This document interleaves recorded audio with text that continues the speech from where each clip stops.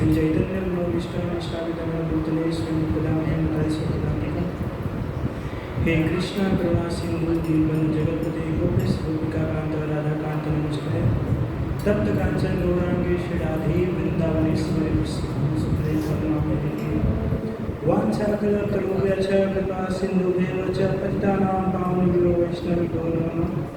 जय श्री कृष्ण चैतन्य प्रभु नित्यानंद श्री अद्वैत गदाधर श्रीवासादि गौर भक्तवृंद। हरे कृष्णा कृष्णा कृष्णा हरे हरे हरे राम राम राम हरे हरे। हरे कृष्णा कृष्णा कृष्णा हरे हरे हरे राम राम राम हरे हरे। हरे कृष्णा कृष्णा कृष्णा हरे हरे हरे राम राम राम हरे हरे। हरे कृष्णा। तो आप सभी का संडे यूथ क्लास में बहुत बहुत स्वागत है। स्पेशल कृष्णा क्या नाम हो? कृष्णा चंद्र प्रिया दास को हरि बोल।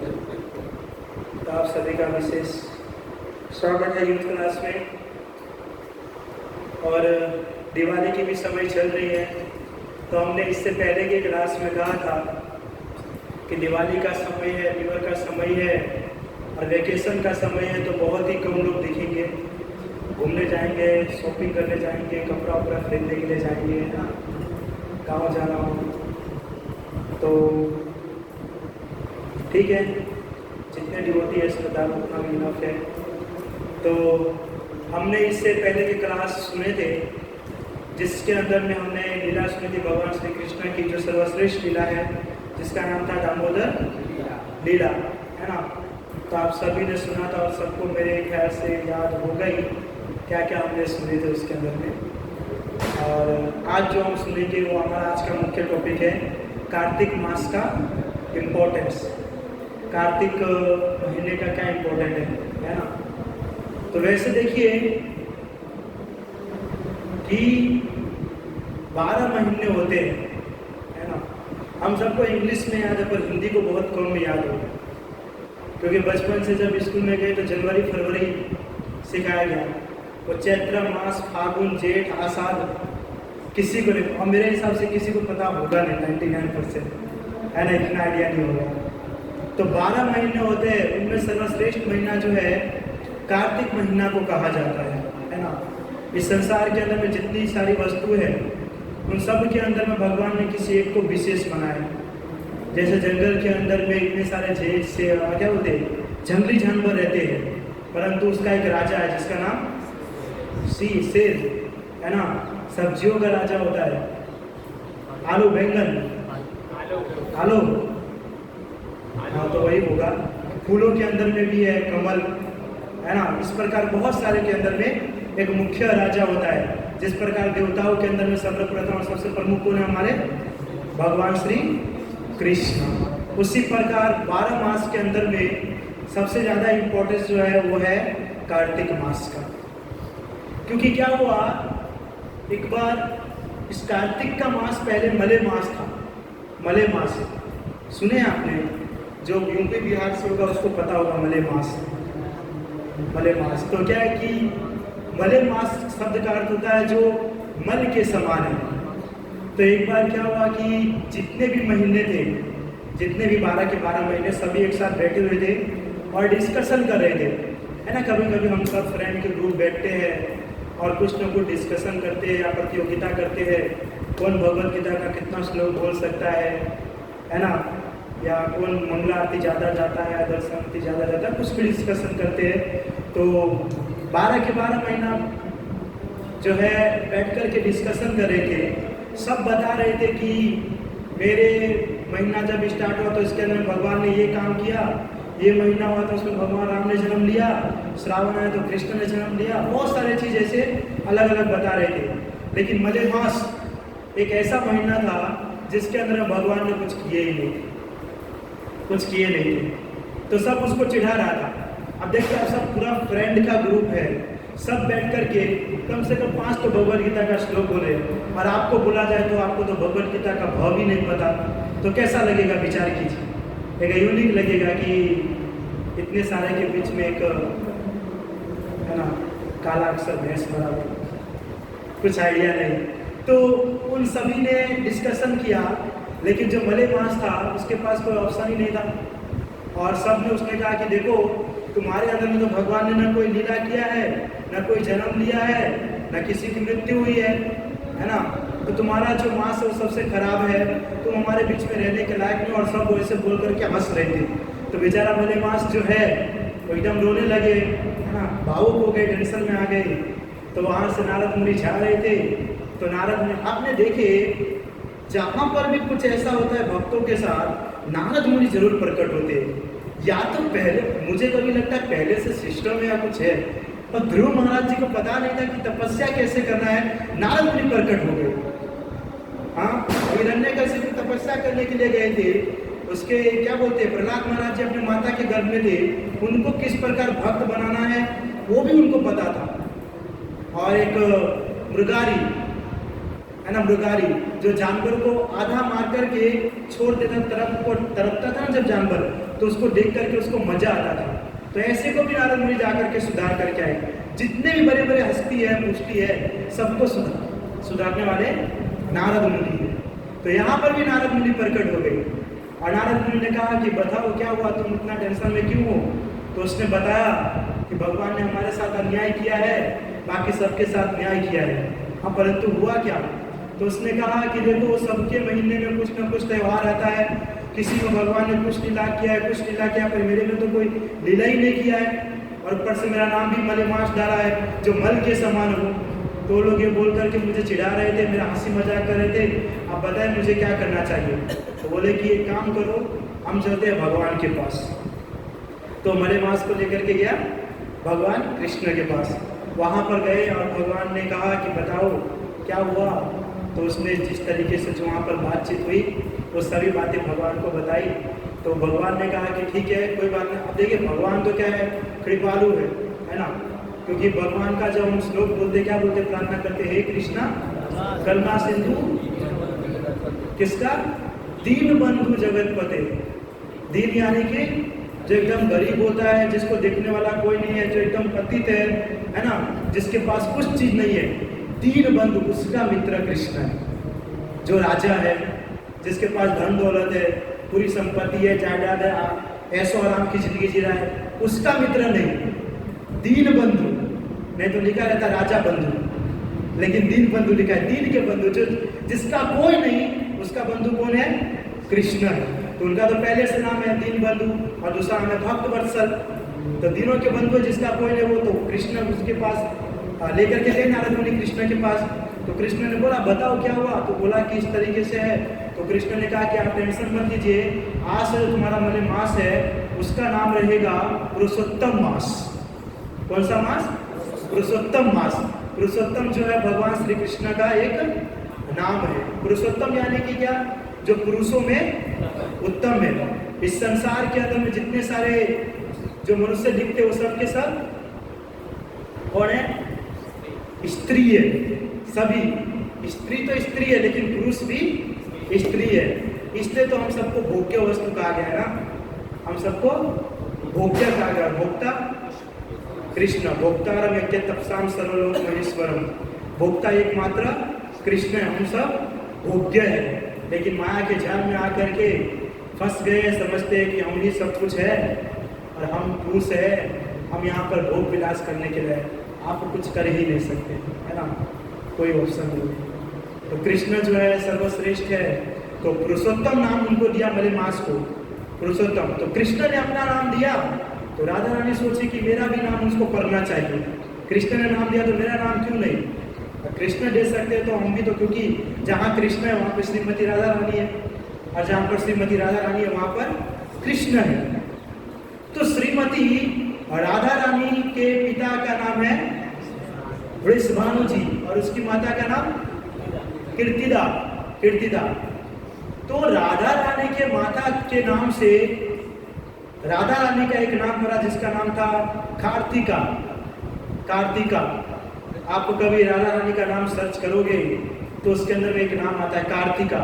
और वही राधा रानी की कृपा से ये जो पुरुषोत्तम योग है, पुरुषोत्तम भगवत गीता में भी चला गया, पुरुषोत्तम मास जो है उसका नाम पड़ा कार्तिक। क्योंकि राधा रानी का नाम था कार्तिका और इसका नाम पड़ा उससे कार्तिक, जिसके ऊपर कृष्ण का भी आशीर्वाद है और श्रीमती राधा रानी का भी आशीर्वाद है।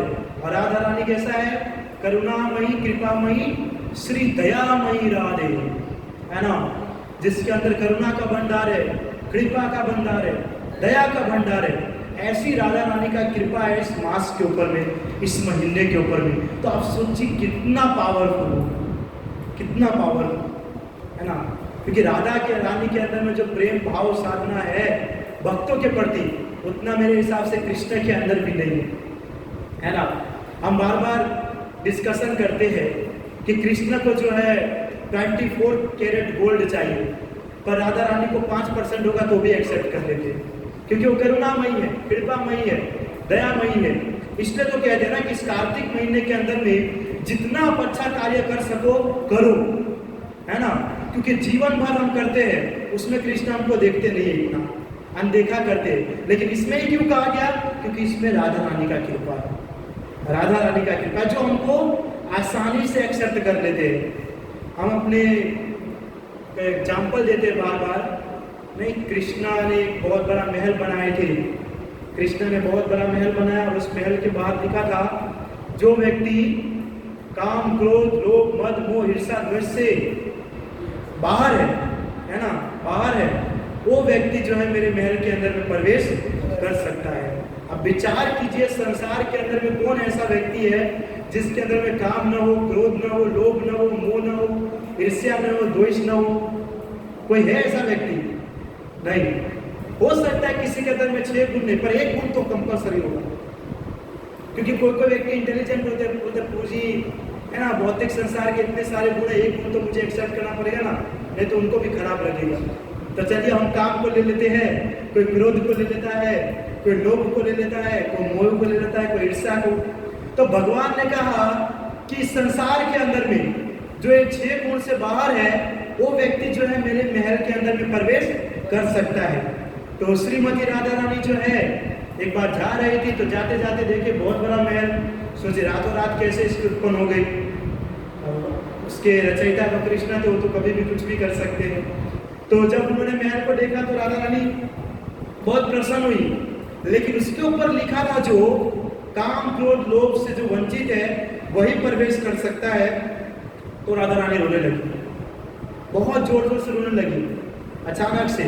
अब किसी को पता नहीं चला क्यों रो रही है, और रोते रोते गए किसके पास? अपने पिता वृषभानु जी के पास। और वृषभानु जी को जाकर के कहा कि जो भगवान श्री कृष्ण है ना, श्री कृष्ण ने जितना बड़ा महल बनाया है उससे 3 गुना 10 गुना बड़ा महल बनाओ मेरे को। तो उसने कहा कि क्यों अचानक? पर उसने तो बनाया है, हमको बनाने की क्या जरूरत? आप देखोगे प्रभु, वैसे ऑलरेडी राधा रानी का महल कितना बड़ा, बरसाना में आप चाहिए वहाँ से कितना उदाहरणगढ़, मानगढ़ और मोरकुटीर सब पूरा जैसे हमारा एक सूरत आ जाएगा, ऐसा है। इतना बड़ा बड़ा महल था उनका और कृष्ण का। तो राधा रानी ने कहा कि एक बड़ा महल बनाना है।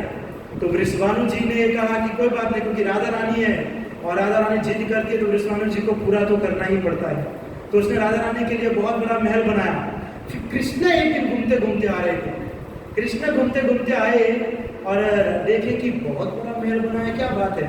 राधा रानी ने कहा कि मैंने तो इतना बड़ा महल बनाया था, फिर आपको मेरे से 10 गुना बड़ा बनाने की क्या जरूरत है। तो राधा रानी ने कहा कृष्ण को कि आपने जो महल बनाया उसके ऊपर लिखा है कि जो व्यक्ति काम, क्रोध, लोभ, मोह, माया से वंचित है वही जो है इस महल के अंदर प्रवेश कर सकता है और मुक्ति को प्राप्त कर सकता है।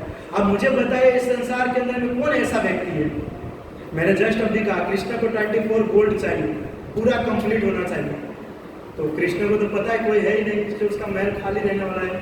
तो राधा रानी ने कहा कि मुझे पता है इस संसार के अंदर में कोई व्यक्ति ऐसा नहीं है, इसलिए मैंने एक ऐसा महल बनाया है जिसके ऊपर मैंने लिखा है कि जो व्यक्ति केवल राधे राधे बोलेगा वो भगवत धाम को प्राप्त करेगा। तो ये क्या है? ये राधा रानी का करुणा है, कृपा है ना, स्पेशल ब्लेसेस है राधा रानी का, जो कृष्ण के पास नहीं है ना। हम करते हैं कृष्ण की भक्ति साधना, लेकिन करुणामय, दयामय वो श्रीमती राधा रानी है, लेकिन हम बोलते हे कृष्णा करुणा सिंधु, लेकिन है नहीं करुणा, टेढ़े ही रहते हमेशा, डायरेक्ट कोई चीज़ नहीं देता, बेटा टेढ़े। इसलिए ना कभी कभी उनके भक्त भी टेढ़े होते हैं। कोई बात नहीं, आज मैं भी 69 नहीं करूँगा। 2 दिन से बोल रहा हूँ, कुछ दिलवा दीजिए, कुछ है नहीं, दिवाली आ रहा है, अपने भक्तों की सेवा नहीं कर रहे हो, और जो भक्त नहीं है उसको एकदम धन दौलत दे रहे हो। सोलह माला नहीं करेंगे, जब नहीं बोलेंगे ना तब जा करके आकर के देंगे। तो कभी कभी कृष्ण जो होते हैं वो टेढ़े चलते हैं और उसके भक्त भी थोड़े, है ना, जैसे माता पिता होता है वैसा बच्चे का गुण होता है ना। तो पितामह से जब तो माता दाता पितामह, पूरे संसार के माता पिता कृष्ण है, तो कुछ गुण तो हमारे अंदर रहेंगे उसके, जैसे वो है वैसे उनके भक्त भी होते हैं। तो क्या है कि राधा रानी जो है बहुत कृपामयी है, वो अपने भक्तों के ऊपर में बहुत जल्दी कृपा कर देते, बहुत जल्दी प्रसन्न होती है, लेकिन उतना ही जल्दी क्रोधित भी होती है ना, उतना ज़्यादा क्रोधित भी होती है। आप देखोगे मम्मी जो है बार बार अपने बच्चों को बचा लेती है पिताजी से, लेकिन जब मम्मी को ओवर हो जाता है ना तो मम्मी सब 1 महीने की पूरी बात खोल करके पिता के सामने रख देती, और फिर उस दिन आपका खैर नहीं। आप समझ सकते हो, बचपन में पड़े होंगे डंडे वंडे या लाख गुस्सा जो खाए होंगे तो सबको याद होगा।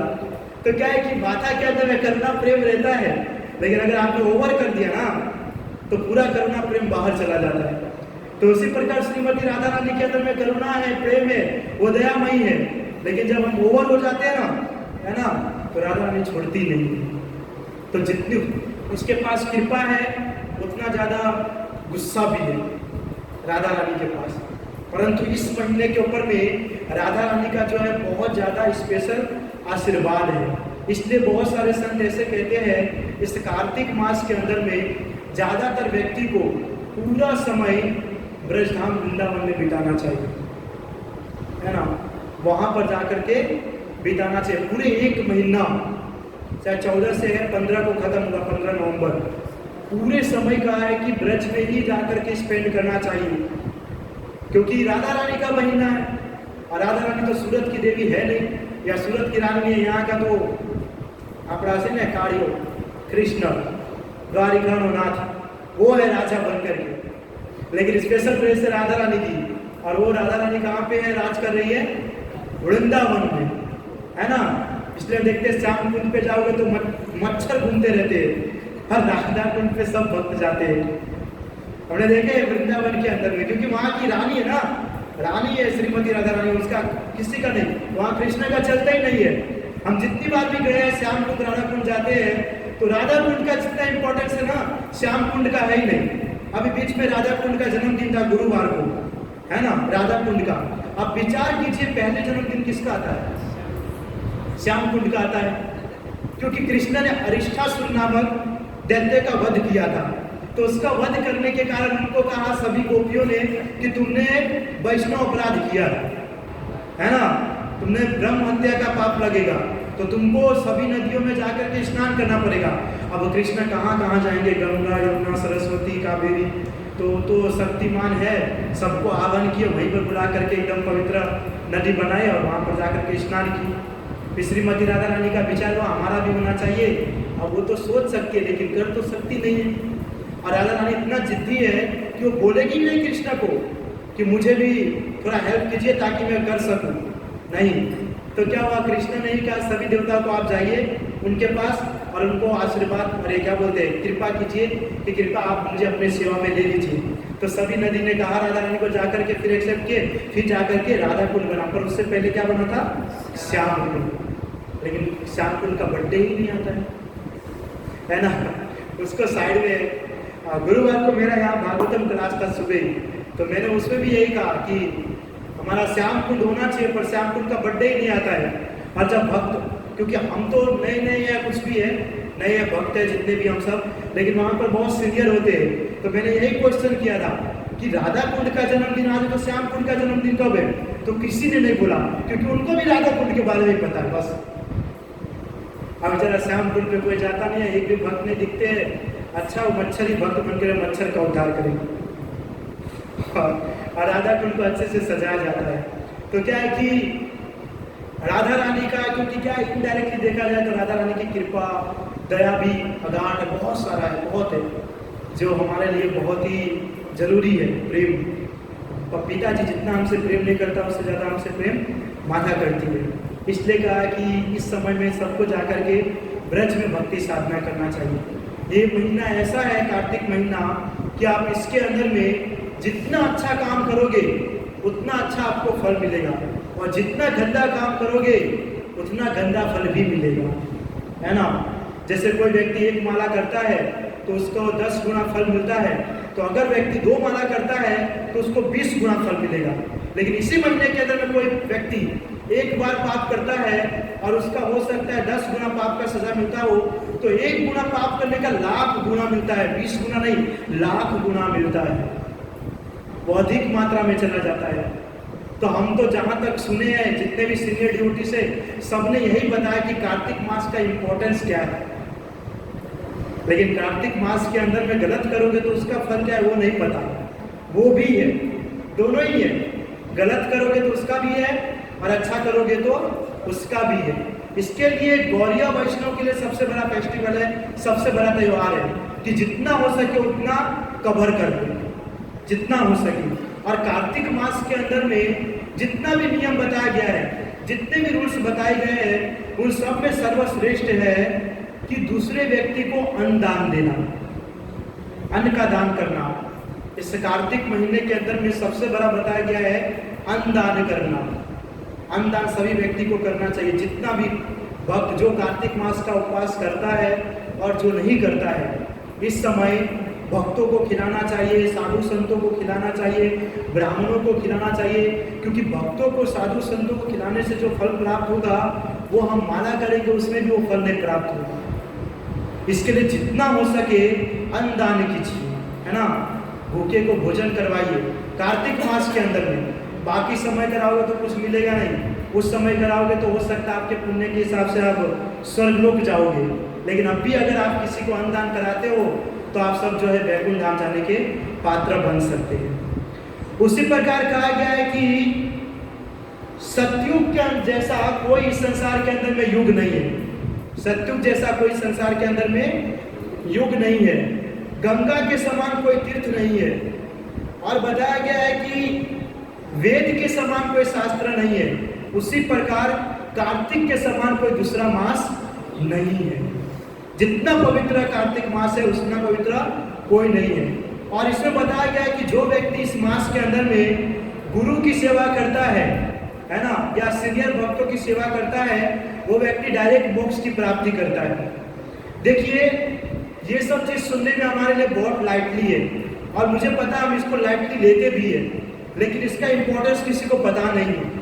जब मरने के बाद जब ऊपर जाएंगे और आपका कर्म फल को मापा जाएगा, कितना अच्छा किए कितना खराब किए, और अगर आपको खराब से बाहर निकलना है तो 1% फल चाहिए, और वही फल जो है आपने कार्तिक मास में गुरु की सेवा किए होंगे, और वही 1% फल जाकर के वो मिलेगा, तब आप वैकुंठ धाम जाने का पात्र बनोगे।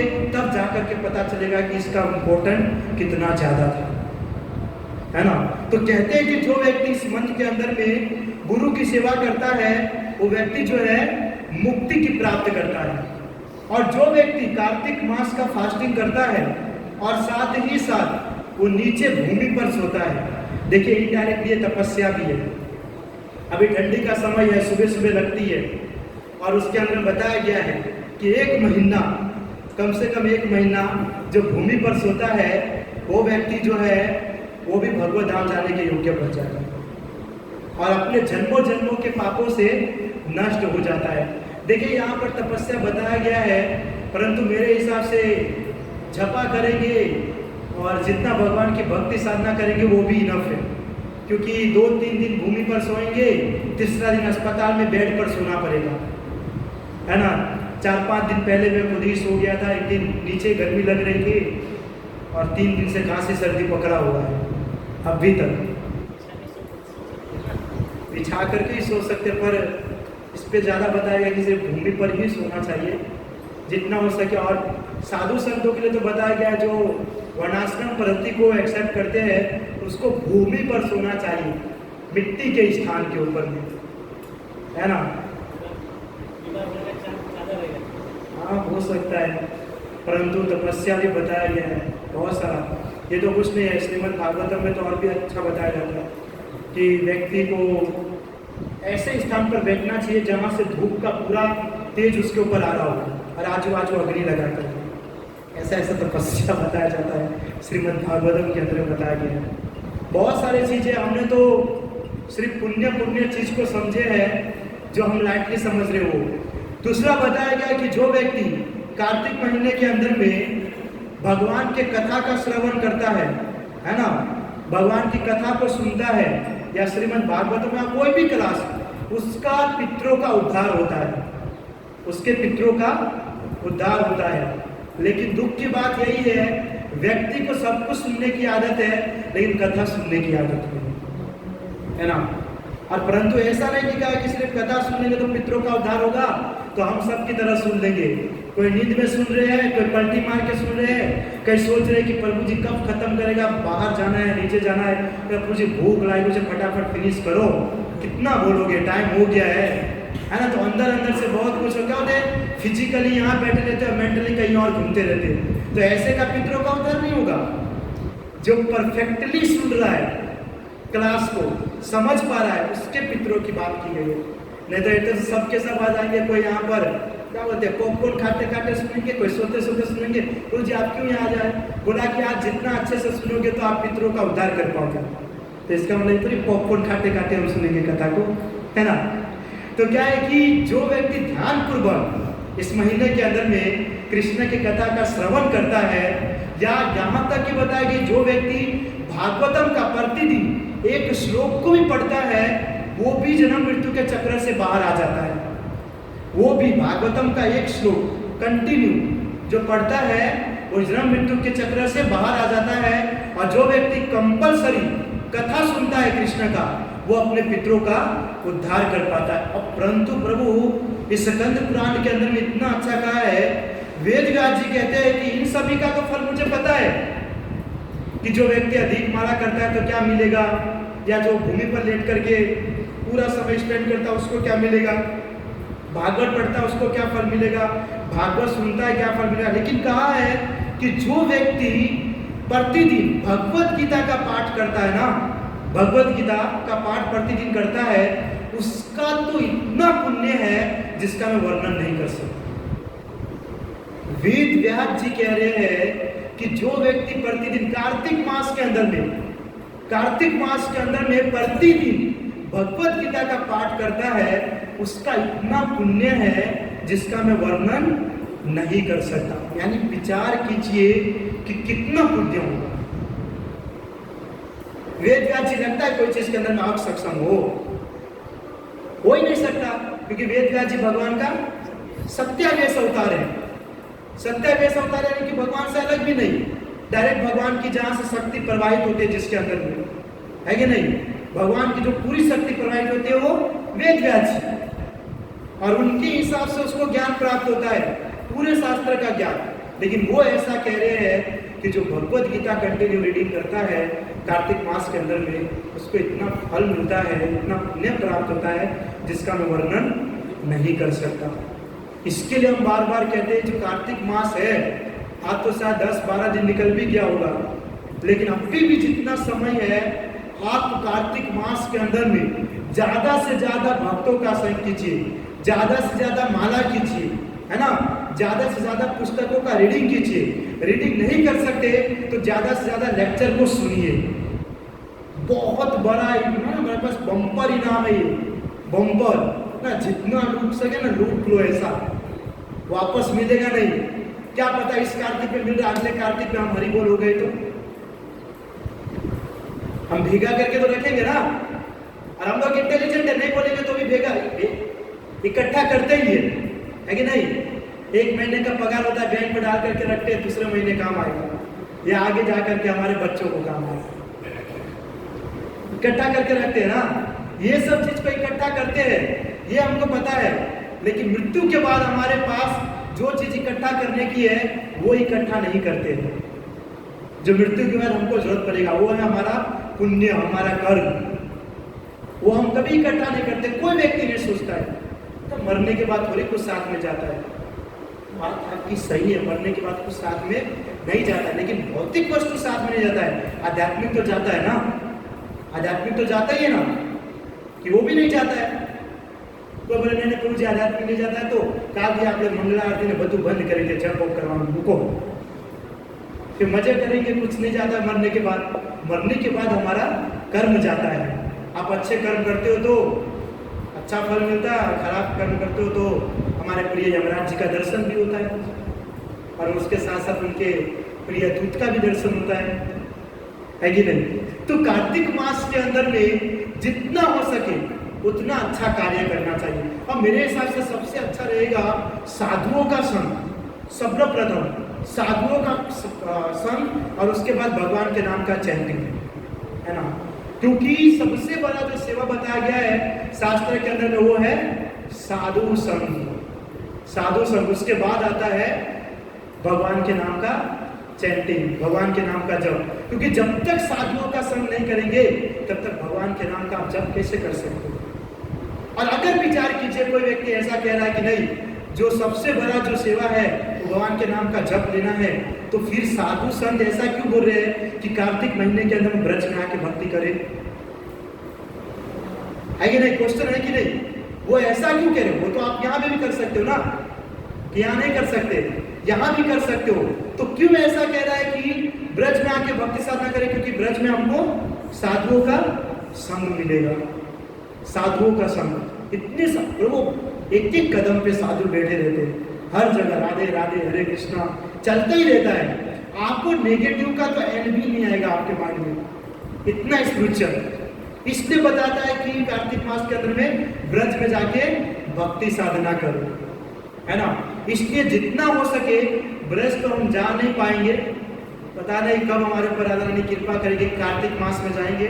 हम एक बार गए थे करणपुर, हम कार्तिक मास में, और आपको बताऊं गोवर्धन पूजा के दिन हमने गोवर्धन परिक्रमा किया था। बहुत हमारा स्पेशल दिन था। मतलब इनडायरेक्टली मैं देखता हूँ तो राधा रानी की कृपा है, क्योंकि हमको पता था गुरु महाराज जी दीक्षा देने वाले हैं, लेकिन दीक्षा हुआ नहीं। लेकिन कार्तिक मास में राधा रानी वृंदावन को बुला दी, ये सबसे बड़ी बात है। तो क्या है कि जब तक राधा रानी का ब्लेसेस नहीं मिलता, कृपा नहीं होती है, तब तक हम वृंदावन नहीं जा सकते। तो इसीलिए प्रभुपाद जी सोच रहे थे कि कहीं मेरा जितने भक्त बुरा न मान ले, इसलिए प्रभुपाद जी ने कह दिए कि अगर जो व्यक्ति जहाँ पर रहता है उसको ही अगर वृंदावन समझ करके समझे तो स्थान भी वृंदावन के समान है कि नहीं। ऐसा पता की बात है। तो कृपा बहुत सारा है हमारे पास, राधा रानी का भी और भक्तों का भी। तो जितना हो सके भक्तों का संग करें, साधुओं का संग करें, हमारे लिए बहुत जरूरी है। क्योंकि जब साधुओं का संग करेंगे तो बुक रीडिंग, भगवान का क्या बोलते हैं दीप ध्यान करना, है ना, जपा करना, हर चीज के अंदर में हमारा मन लगेगा। लेकिन असाधु का संग करोगे तो कार्तिक मास को गवा दोगे, कार्तिक मास को गवा दोगे। और इसके अंदर में सबसे ज्यादा इंपॉर्टेंट बताया जाता है, दो चीज है, वो है दीपदान का। दीपदान, दीपदान दो प्रकार का होता है या दो प्रकार से किया जाता है। कोई बता सकता है किस प्रकार से? दो प्रकार का दीपदान होता है या दो प्रकार से किया जाता है? मन से दीपदान नहीं, एक तो दीपदान हम डायरेक्ट भगवान को करते हैं, दूसरे दो प्रकार से दीपदान किया जाता है। पितरों का दर्शन होता है क्या डायरेक्ट? ओ पितरों जी नमामि ईश्वरं सच्चिदानंदं। दो तरीके से होता है दीपदान। एक दीपदान जो करते हैं हम भगवान के सामने करते हैं, और दूसरा दीपदान किया जाता है आकाश के सामने, है ना। बहुत सारे को पता है और बहुत सारे को नहीं पता है, लेकिन मैंने देखा 90% लोगों को नहीं पता। मैं आपको बताऊं, दीपदान से ज्यादा इंपॉर्टेंट है आकाश में दीप करना। आकाश के अंदर में दीप करना ज्यादा इंपॉर्टेंट है।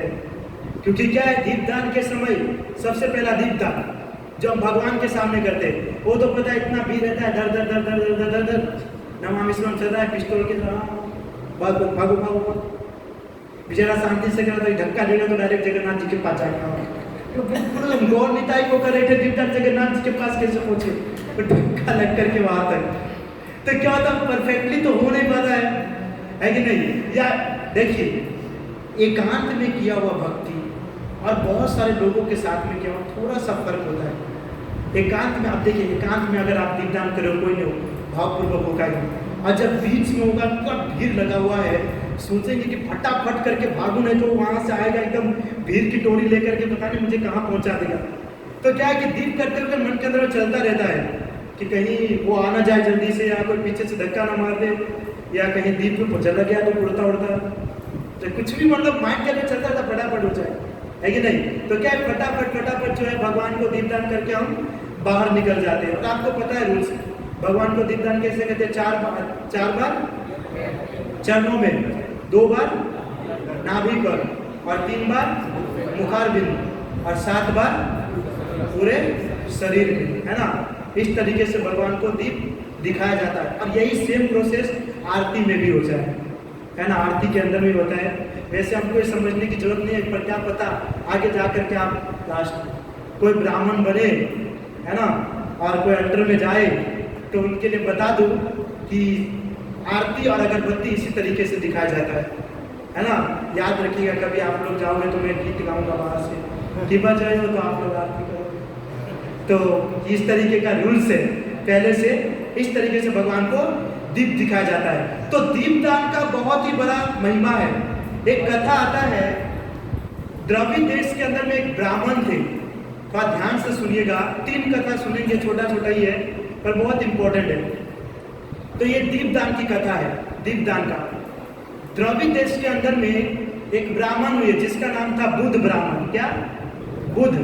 द्रविड़ देश जो है बहुत ही इंपॉर्टेंट देश है, क्योंकि भक्ति देवी ने वहीं से भक्ति स्टार्ट किए थे, द्रविड़ देश से, जो सबसे पवित्र है। तो द्रविड़ देश के अंदर में एक ब्राह्मण हुए जिनका नाम था बुद्ध। अब देखिए ब्राह्मण का गुण क्या होता है? यजन याजन, पठन पाठन, दान और प्रतिग्रहण, यानी कि वो यज्ञ करते हैं और यज्ञ करवाते हैं, दान लेते हैं और दान देते हैं। ऐसा मत सोचिएगा ब्राह्मण की दान नहीं देते, देते हैं।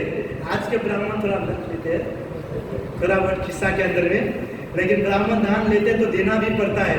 इसलिए कहीं पर कहा गया कि ब्राह्मण कितना भी कमा ले ना, लेकिन फिर भी वो एकदम निम्न बन करके ही रहते, एकदम छोटा ही, क्योंकि ब्राह्मण कभी भी रखते नहीं, है ना। आज जो रखते हैं तो समझ जाइएगा हमारे साइड के होंगे ना। तो ब्राह्मण जो है यज्ञ करते हैं, यज्ञ करवाते हैं, दान लेते हैं, दान देते हैं, और वेद शास्त्र को पढ़ाते हैं और पढ़ते हैं। और भगवत गीता के अंदर में तो बहुत ही विस्तार से बताया गया है ब्राह्मण के गुण, लेकिन हम उस पर नहीं जाएंगे। 12 गुण बताया गया है, लेकिन ये ब्राह्मण के गुण है। तो ब्राह्मण का क्या होता है? अधिकतर मात्रा में वो पुस्तकों का रीडिंग करता है, भक्ति करता है, साधना करता है। आज की तरफ ब्राह्मण नहीं। आज देखिए संसार के अंदर में ऐसे ब्राह्मण है ना, बहुत सारे।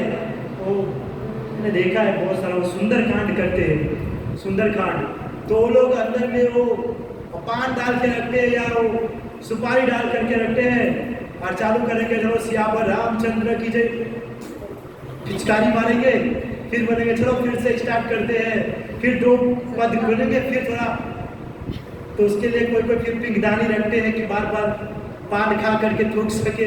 तो बहुत सारे ऐसे ब्राह्मण होते हैं। मैंने देखा है, हमने एक बार सुंदरकांड करवाया था घर पे, तो हमने देखा है। तो अब वो लोग को जब बोलते हैं कि प्रभु जी आप इस तरीके से क्यों करते हो, तो बोलते प्रभु जी 24 घंटे करना पड़ता है, तो कोई तो सहारा चाहिए ना। अब हम सहारा लेंगे, मृदंग का करताल का वो सहारा लेते हैं, तो बोलना नहीं चाहिए, पर क्या करें, अभी ऐसा हो गया है जनरेशन की, ब्राह्मण भी इस तरीके से हो गए, तो सोचना पड़ता है कैसे ब्राह्मण को जा करके पकड़े, कैसे पता चलेगा शुद्ध ब्राह्मण है कि नहीं। बहुत सारे गांव के अंदर में ऐसा होता है कि जब पता चलता है लोगों को कि किसी के घर पे शादी बियाह का प्रोग्राम है, वहाँ पर खाना पीना और 101 दक्षिणा भी मिलने वाला। तो जो लोग ब्राह्मण नहीं रहते वो भी दुकान से डोरी लेकर के आते हैं और लगा करके जाते हैं 1 दिन के लिए ब्राह्मण बनने के लिए, वहाँ पर खा करके दक्षिणा लेकर के आते, फिर साइड से बहुत सारे। तो ये जो थे वो एकदम शुद्ध ब्राह्मण थे, जिसका नाम बुद्ध था, और भक्ति साधना में बहुत थे। तो उसकी क्या हुआ, कुछ समय के बाद शादी हुई, लेकिन अब बेचारा ये भक्ति साधना वाले थे, और पत्नी भक्ति साधना में इंटरेस्ट ही नहीं थी उसकी, बिल्कुल भी नहीं, थोड़ा सा भी नहीं भक्ति साधना में इसकी। तो पहले तो शादी हुआ तो अच्छे से रहती थी, लेकिन कुछ समय के बाद पत्नी जो है अपना रंग दिखाने लगे। जैसे हम बोलते हैं ना, शुरुआत में जो पत्नी होती है वो कैसी रहती है? चंद्रमुखी जैसी, है ना। जब शादी होती है शुरुआत में चंद्रमुखी, आप तो हमारे ईश्वर है, परम ईश्वर, ईश्वर परम कृष्ण आप ही है। अब हाई लेवल है, कुछ समय बिकता है तो बन जाती है सूर्यमुखी, थोड़ा सा ताप, और जब लास्ट समय आता है तो ज्वालामुखी बन जाता है, भस्म करके रख देता है। तो क्या है कि शुरुआत में तो अच्छा था, जैसे जैसे समय बीता उसकी पत्नी उसको बहुत हैरान करने लगी। ये भक्ति साधना करने के लिए करते हो, भक्ति साधना करती नहीं। सुबह मंगला आरती करते थे तो उसको चिल्लाने लगते थे कि क्या सुबह सुबह घंटी लेकर के चालू हो गए, तो बहुत परेशान करते। और स्त्री बिल्कुल भी सही नहीं थी, बहुत ही खराब। तो ब्राह्मण को क्या हुआ कि उसको लगा मेरा भक्ति साधना खराब हो रहा है, धीरे धीरे ब्राह्मण की तबीयत खराब हुई, और वो उसके पति के ऊपर थोड़ा भी उसको भरोसा नहीं था, प्रेम भाव कुछ भी नहीं था। और लास्ट में क्या हुआ, पति जोर से तंग आकर के हरि बोल हो गए। उसके बाद जो है उसकी पत्नी जो है एकदम पापमय कार्य में लीन हो गई, एकदम पापमय, ज़्यादा से ज़्यादा वह विचार कार्य करना, वह विचार करती थी, पैसे कमाती थी, है ना, और पैसे से अपना जीवन चलाती थी। और कभी कोई नहीं मिलता था तो जा करके दूसरे के घर से जो रात का बचा हुआ खाना था वो बासी भोजन ला करके खाती थी और अपने जीवन को यापन करती थी। इस तरीके से बहुत खराब कार्य करती, पर उसको थोड़ा भी फर्क नहीं पड़ता था, थोड़ा भी फर्क नहीं। आप देखोगे जनरेशन के अंदर बहुत सारे ऐसे लोग होते हैं जो बहुत पाप करते हैं, बहुत पाप, लेकिन उसको थोड़ा सा भी मन के अंदर में ऐसा नहीं लगता कि मैं पाप कर रहा हूँ, बिल्कुल भी नहीं, क्योंकि इतने हाई स्टेज पे पहुंच जाते हैं ना जिसको समझाने से भी कोई नहीं समझता है, नहीं समझ पाता। तो इसकी पत्नी भी एकदम बहुत बुरी, एकदम खराब बन चुकी थी। तो एक बार वहां से एक ब्राह्मण जा रहे थे जिनका नाम था कुत्स ब्राह्मण, कुत्स। तो ब्राह्मण जा रहे थे तो ब्राह्मण ने देखा कि गांव के अंदर में जो स्त्री जो है सभी पुरुष के साथ व्यभिचार करती है और हंसी मजाक ये सब करना, है ना, एकदम भोग विलास में दिन भर रहती है। तो बोले कि तुम्हारा जीवन कैसा है, कितना पाप किया है तुमने, क्योंकि प्रभु उसने ओवरलोड पाप किए थे जिसका तुम कुछ भी कर लेना लेकिन वो कभी धाम में जा ही नहीं सकती है, ऐसा कंडीशन था। तो ब्राह्मण ने देखा उस स्त्री को, तो उसको जाकर कहा देखो तुम्हारा समय बीत चुका है, तुम जो गलत काम कर रहे हो उसको करना बंद करो, कार्तिक मास का समय चल रहा है, भगवान का रोज आरती करो और भगवान के सामने जाकर के दीप जलाओ, क्या पता भगवान तुम्हारा उद्धार कर दे, है ना, क्या पता भगवान तुम्हारा उद्धार कर दे। इन्होंने इतना पाप किया था, इतना पुरुषों का संग किया था, पद्म पुराण के अंदर में विस्तार से है जिसको मैं बता नहीं सकता, बहुत सारी चीजें, तो जिससे लगता ही नहीं है आजीवन अगर भगवान का नाम लेना फिर भी वो भक्ति करके भगवत धाम नहीं जा सकती। लेकिन वो साधु ने कहा, और साधु जब बोलते हैं ना तो कभी ना कभी इनडायरेक्टली उसके ऊपर वो ब्लेसेस मिलता है, यानी कि मिलता ही है, मिलता ही 100%, है ना। तो साधु ने कहा कि जाओ, कार्तिक मास चल रहा है, तुम्हारा पाप खत्म हो जाएगा, तुमने बहुत पाप कर लिए, जाकर के भगवान का आरती करो, दीप दान करो, है ना। तो उसने जो है 1 महीने तक कंटिन्यू दीप दान किए। अब प्रभु जब उसकी मृत्यु में विचार कीजिए, मृत्यु के बाद वो जो व्यक्ति है, वो जो स्त्री डायरेक्ट कहाँ जाना चाहिए, नरक लोक में जाना चाहिए। कितना पाप किए, कहते हैं मृत्यु के बाद डायरेक्ट जो है उसको मुक्ति प्राप्त हुई और स्वर्ग लोक को प्रस्थान कर दिया। स्वर्ग लोक को केवल दीप दान करने मात्र से, और कभी आजीवन भक्ति साधना नहीं किए थे, कोई भी प्रकार का ना चैंटिंग, ना मंगला आरती, ना दर्शनार्थी, भोग आरती, संध्या आरती, ना भक्तों का संग, कोई भी नहीं, सिर्फ पाप। लेकिन 1 महीने दीपदान किए तो उसको क्या प्राप्त हुआ, स्वर्ग लोक। आप तो मंगला भी आते हैं, चैंटिंग भी करते हैं, हाँ, भगवान की कथा भी श्रवण करते हैं, भक्तों का संग भी करते हैं, तो इतनी पापी होने के बाद स्वर्ग जा सकते हैं, तो आप कहां तक जा सकते हैं, बोलो वृंदावन धाम, है कि नहीं, क्यों नहीं जा सकते, ले जाना पड़ेगा ना कृष्ण को, नहीं ले जाएंगे तो ये तो बिल्कुल अन्याय है, न्याय नहीं हुआ। किसको इतना पाप करने वाले व्यक्ति को स्वर्ग पहुंचा सकते हैं, तो हम तो सब कुछ कर रहे हैं, तो क्यों नहीं डायरेक्ट सबके सब बोलो वृंदावन धाम जा सकते हैं, स्पेशल कृपा भगवान का। और कोई व्यक्ति कहते हैं कि आकाश में दीप करता है, देखिए ये तो स्वर्ग की बात हुई, जो दीपदान करते हैं, जैसे हम सभी दीपदान करते हैं, लेकिन जो व्यक्ति आकाश में दीपदान करते हैं, तो कहते हैं कि एक राजा था जिसका नाम था सुनंद। क्या नाम था, सुनंद। इससे पहले हम किसकी स्टोरी सुने थे, ब्राह्मण की। ब्राह्मण का क्या नाम था, बुध। क्या नाम था, बुध। सबको स्टोरी याद रहेगा ना। ओके, तो अब ये दूसरा राजा है जिसका नाम है सुनंद। सुनंद, तो सुनंद जो है एक राजा थे और वो जो है बहुत प्रतापी और भक्ति भाव वाले थे। तो क्या हुआ कि सुनंद राजा जो थे वो हमेशा भगवान के भक्ति में लीन रहते थे और उसको यह नहीं पता था कि वो रोज भगवान की आरती करता था, साधना करता था, लेकिन कार्तिक मास का समय आ चुका था और उसको पता नहीं था कि कार्तिक मास चल रहा है। उसके अंदर भी रोज भगवान को आरती करता था, भजन करता था, साधना करता था। तो कहते हैं कि जब वो उसका कार्तिक मास खत्म हुआ तो राजा जो थे वो तो सुखी थे, लेकिन उसके बाद उसके लाइफ के अंदर में अनेकों प्रकार के और भी खुशियां आ गई। संसार के भोग विलास के साधन उसको अपने आप प्राप्त होने लगे। तो राजा को पता नहीं चला कि ये क्या हुआ, है ना, क्या हुआ उसको पता नहीं चला।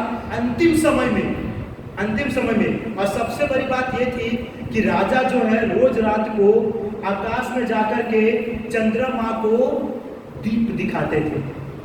रोज रात को चंद्रमा को जाकर के दीप दिखाते थे, इनडायरेक्टली है, उसको पता ही नहीं था कार्तिक मास चल रहा है। जिस प्रकार आप विचार कीजिए, एक राजा थे सूर्यवंश के, नाम मुझे याद नहीं है, वो राजा बहुत प्रतापी थे और उस राजा के महल के अंदर में एक बगीचा था बहुत ही सुंदर।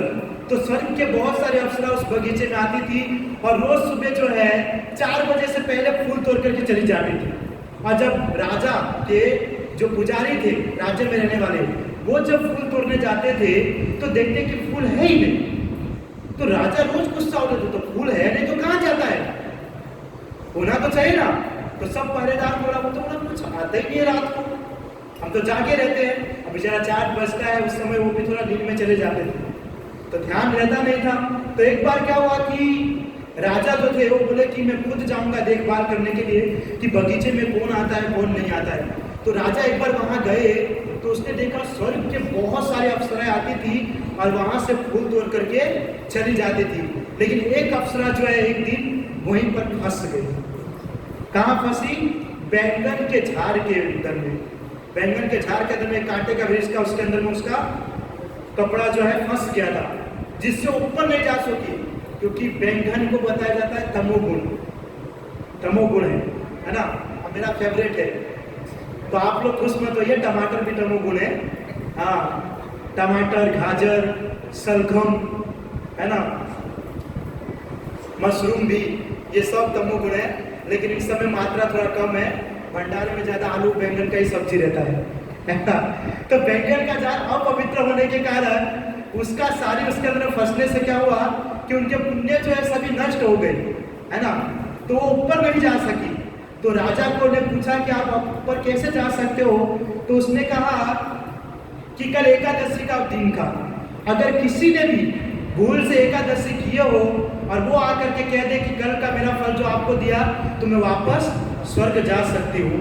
तो उसी समय एक स्त्री मिली गांव में ढूंढे, जिसने जो है उस दिन कुछ भी खाई नहीं थी, कुछ भी पी नहीं थी। उस स्त्री को लाए, उसने एकादशी किए नहीं थे, लेकिन फिर भी उसको लाया गया और उसको कहा कि आप तुम बोलो कि तुमने कल जितना भी पुण्य किया या जो भी तुमने कल खाया पिया नहीं, कल का फल मुझे मिल जाए, ऐसा सिर्फ तुम बोल दो। तो जैसे उस स्त्री ने कहा कि कल का मेरा जो भी पुण्य है वो तुमको मिल जाए, वो तुरंत जो है स्वर्गधाम को प्रवेश कर गई। उसी प्रकार सेम, हाँ, ये राजा जो सुनंद, उसको कुछ पता ही नहीं था और वो जो है कार्तिक मास के अंदर भी रोज दीपदान करता था और रोज आकाश में दीप करता था, आकाश में दीपदान। और वो रोज आकाश में दीपदान करने के कारण जब उसकी मृत्यु हुई तो डायरेक्ट भगवान कृष्ण के दूत आए और विमान के ऊपर बैठा करके गोलोक वृंदावन धाम दिखाई। खाली विचार कीजिए दोस्तों कि आकाश में दीपदान करने मात्र से, है ना, इसलिए मैंने कहा मुझे ये पता है कि हम सबको ये पता है कि गौर निताय को दीपदान करना है ना, उखल बंधन लीला हमारे भगवान श्री कृष्ण को बांधना, उसको दीपदान करना है, दामोदर को करना है, जगन्नाथ बलदेव सुभद्रा, रूपा जी, नरसिंह देव, श्रीनाथ जी। लेकिन आकाश में दीपदान करने का भी बहुत अधिक मात्रा में महत्व है, क्योंकि उस स्त्री ने खाली भगवान को दीपदान किया तो कहां तक पहुंच पाई? स्वर्ग लोक तक। और इसने आकाश में जाकर के दीपदान किया तो कहां पहुंचे?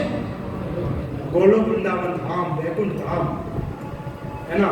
इसके लिए भगवान को भी दीपदान करना चाहिए और बाहर जाकर के हमको आकाश में भी दीपदान करना। मैंने तो एक जगह ये भी सुना है कि वहां पर दीपदान पितरों का भी उद्धार होता है, ये भी बताते हैं। लेकिन स्कंद पुराण के अंदर बताया गया है कि ऐसे व्यक्ति को जो है डायरेक्ट गोलोक वृंदावन धाम मिलता है। और यहाँ बताया गया है कि जो व्यक्ति आकाश में दीपदान करता है उसको आजीवन कभी यमराज के मुख का दर्शन नहीं करना पड़ता, कभी भी नहीं, जो आकाश में दीपदान करता है। तो बहुत ही पवित्र मास है ना, बहुत ही पवित्र महीना है। एक बार क्या हुआ कि भगवान कृष्ण की आपको पता है 16,108 रानी है, उसमें से 8 जो है प्रमुख है। तो ज्यादा तो कृष्ण किसके साथ बातचीत करते थे? रुक्मिणी जी के साथ ज्यादा बातचीत करते थे। एक बार भगवान कृष्ण सत्यभामा के साथ बात कर रहे थे, तो सत्यभामा जो है बोलते बोलते कृष्ण को बोल पड़ी कि भगवान मुझे यहाँ नहीं पता चलता है कि मैंने कितना पुण्य किया है या मेरा कैसा भाग्य है कि आप मेरे पति बने हो, जो पूरे ब्रह्मांड के नायक है। हाँ, पूरे ब्रह्मांड जिसके चरणों में पूरे देवी देवता अपने आप को समर्पित करते हैं, उस ब्रह्मांड के पिता का मैं जो है पत्नी बनी हुई। भगवान कृष्ण से प्रश्न पूछ रहे थे कि ऐसा क्यों, ऐसा मैंने क्या किया, आप बताइए। क्योंकि देखिए जो पहले का हमारा जीवन है उसके बारे में हमको भगवान ही बता सकते हैं और कोई नहीं। भगवद गीता के 4 अध्याय में अर्जुन को उपदेश देते हैं, बहुनी में वैदिक तानी जन्मानी तव चार्जुनम तान्यम वेसरे न तुम वेद परम तप। उसके अंदर बताया जाता है, भगवान कृष्ण कह रहे कि मेरे और तुम्हारे अनेक जन्म हो चुके है ना, मुझे सब जन्म पता है पर तुमको नहीं पता, तुमको नहीं पता। तो सत्यभामा ने प्रश्न किया भगवान से, बात करते करते, क्योंकि भगवान कृष्ण सत्यभामा से भी बहुत प्रेम करते थे, बहुत ज्यादा, है ना। एक बार खाली कह देते सत्यभामा ने पारिजात पुष्प लेकर के आओ, तो भगवान पूरा वृक्ष ही उठा करके ले आए थे। भले उसके लिए थोड़ा इंद्रदेव के साथ थोड़ा फाइटिंग करना पड़ा, लेकिन पूरा वृक्ष लेकर के आए थे सत्यभामा के लिए।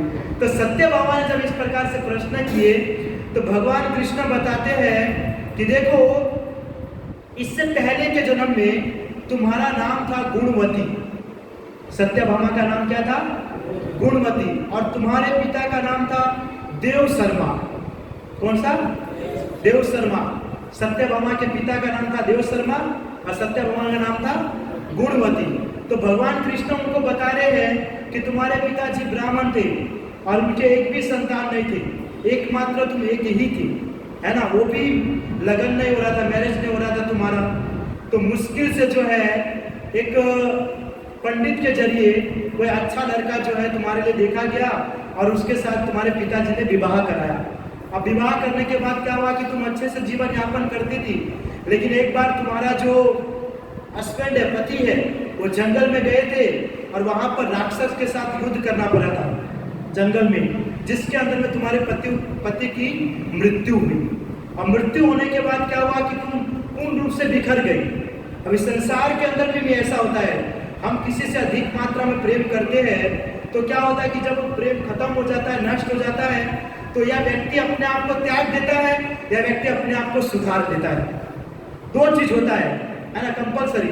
या तो वो मर जाएगा, खत्म हो जाएगा, फिनिश अपने आप को कर लेगा, या वो कृष्ण भक्ति में लग जाएगा। लाइव एग्जाम्पल भी है बहुत सारे व्यक्ति को। समझदार व्यक्ति क्या करेगा? कृष्ण भक्ति में लगेगा। लेकिन जो समझदार नहीं है वो तापी नदी पीछे है ना, वहां जाएगा। तो जो शुद्ध होते हैं, जो समझता है कि संसार के अंदर मेरा कोई नहीं है, ये सब ऐसे ही था, तो कृष्ण भक्ति प्रेम में लग जाएगा। तो सत्यभामा जिसका नाम गुणवती था, उनके जब पति चले गए तो उनको बहुत दुख हुआ, तकलीफ हुआ कि अब मेरा कोई रहा नहीं, अब मैं क्या करूं, एकदम उदास हो गए, हताश हो गए। लेकिन उसने सोचा अब उससे मैं भक्ति साधना करूंगी, अब उससे मैं भक्ति साधना करूंगी। क्योंकि प्रभु संसार का जब पूरा दुख आपके ऊपर आएगा ना, एकदम लोड हो जाएगा ना दुख, तब है ना कोई व्यक्ति उस दुख को कम नहीं कर सकता है सिवाय कृष्ण के, है ना। सिवाय कृष्ण के कोई दुख को दूर नहीं कर सकता है, कोई भी नहीं। तो उस समय हमको किसके पास जाना चाहिए? कृष्ण के पास जाना चाहिए, है ना। वही एकमात्र रास्ता बताता हमको। लेकिन उसके लिए क्या करना पड़ता है? कृष्ण की भक्ति भी करना पड़ता है, कृष्ण की साधना भी करना पड़ता है। हमने कहा ना, कृष्ण की भक्ति साधना करने के लिए कृष्ण को हमको रिलेशन में बांधना पड़ेगा। किसमें? रिलेशन में। या तो उसको माता पिता बना लीजिए, या मित्र बना लीजिए, या भाई बना लीजिए, कुछ भी बना सकते हैं जो आपका प्रेम हो, पर रिलेशन में उसको बनाना चाहिए। आप विचार कीजिए, यशोदा मैया कृष्ण को कोई भी अपने वश में नहीं कर सकता। ब्रह्मा शिव जो हाई लेवल है वो भी नहीं, यशोदा मैया ने उसको उखल से बांध दिया। हाँ, उसको बांध दिया। तो हम नहीं बांध सकते भगवान को? हाँ, हम क्यों नहीं बांध सकते? हम भी तो उनके भक्त है कि नहीं? क्यों भक्त नहीं है? भक्त है ना। भगवान कहते हैं कि जब कोई व्यक्ति मेरा भक्त बनता है ना, जब कोई व्यक्ति मेरा भक्त बनता है तो मैं इतना खुश रहता हूँ, इतना खुश कि उसके इतने अच्छे अच्छे कर्म देखने का मौका मिलता है कि बुरा कर्म उसका मुझे दिखता ही नहीं। इतने अच्छे अच्छे कर्म अपने भक्तों का देखता हूँ कि बुरा मैं कभी देख ही नहीं पाता। भगवान कहते हैं तो क्यों नहीं बंधा पाएंगे? कृष्ण तो रेडी है, कृष्ण रेडी है। मैंने कहा Jagannath Baldev Subhadra, I am accepted her, है ना, वो तो तैयार है, लेकिन हम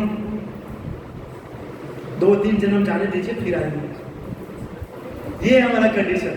भगवान तो भगवान का कृपा प्राप्त करने के लिए हमको भगवान को बांधना पड़ेगा, भगवान को बांधना पड़ेगा। ऐसा नहीं यशोदा मैया जैसा कि कृष्ण आएंगे तो हम उसको दरवाजे से बांध देंगे। भगवान को बांधना यानी कि अपने भक्ति से, अपने भाव से, अपने प्रेम को ऐसा भक्ति साधना, प्रेम करना चाहिए भगवान से कि कृष्ण हमारे अलावा किसी को दिखे, हमारे अलावा। ये देखिए, कहते हैं ना व्यक्ति के अंदर में स्वार्थ है, पर ये स्वार्थ होना चाहिए, ये स्वार्थ होना ही चाहिए सबको। भले कहीं तुम स्वार्थी हो चलेगा, लेकिन हाँ ठीक है मैं स्वार्थी हूँ, लेकिन ये स्वार्थ होना चाहिए कि कृष्ण मेरे अलावा किसी को ना देखे। ऐसा हमारे अंदर प्रेम भाव होना चाहिए, है ना, कि कृष्ण को अपने प्रेम से बांध ले। क्यों नहीं बांध सकते? बांध सकते। जिद करने पे माता पिता हमको सबको देते हैं ना, देते कि नहीं? जिद करने पे, या बार बार जिद करेंगे तो मम्मी पापा परेशान हो जाएंगे, बाबा परेशान करेंगे तो हमसे पीछा छुड़ाने के लिए कुछ भी करेंगे, है कि नहीं? इसलिए इतना भक्ति साधना कीजिए ना, इतना भक्ति साधना कार्तिक मास के अंदर में, इतना स्मरण की परेशान हो जाए कृष्ण। भाई खाना तो खाने दे, अभी भी हरे कृष्णा कर रहा है, खाना तो खाने दे। इतना परेशान कर देना है कि उसका जो पूरा ध्यान है ना आपके ऊपर हो जाए, आपके ऊपर इतना परेशान। और जब हद से ज्यादा कृष्ण परेशान हो जाएंगे ना, वो सोचेंगे एक काम करता हूँ, उसके पास जा करके रहने लगता हूँ, बात करता हूँ। और जब हमारे पास आ गया, बंदा गए, कंप्लीट हो गया ना, बंदा गए, फिर क्या टेंशन है कि नहीं? तो ऐसी भक्ति साधना करना चाहिए, ऐसा भाव होना चाहिए हमारे अंदर। तो सत्यभामा का भी सेम, सत्यभामा ने पूर्ण रूप से भक्ति साधना करूंगी, और उसने भक्ति साधना स्टार्ट किया रोज एकादशी, और कार्तिक मास के अंदर में वो रोज दीप जलाती थी भगवान को, रोज दीप जलाती थी, आकाश में भी और भगवान को भी।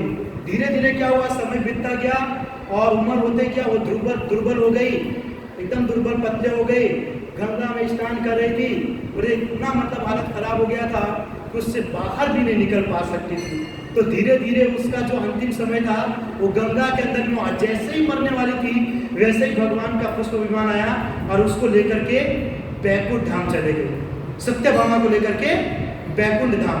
अब क्या हुआ कि कृष्ण को उसी समय द्वापर युग के अंदर में लीला करना था, द्वापर युग के अंदर में लीला करना था।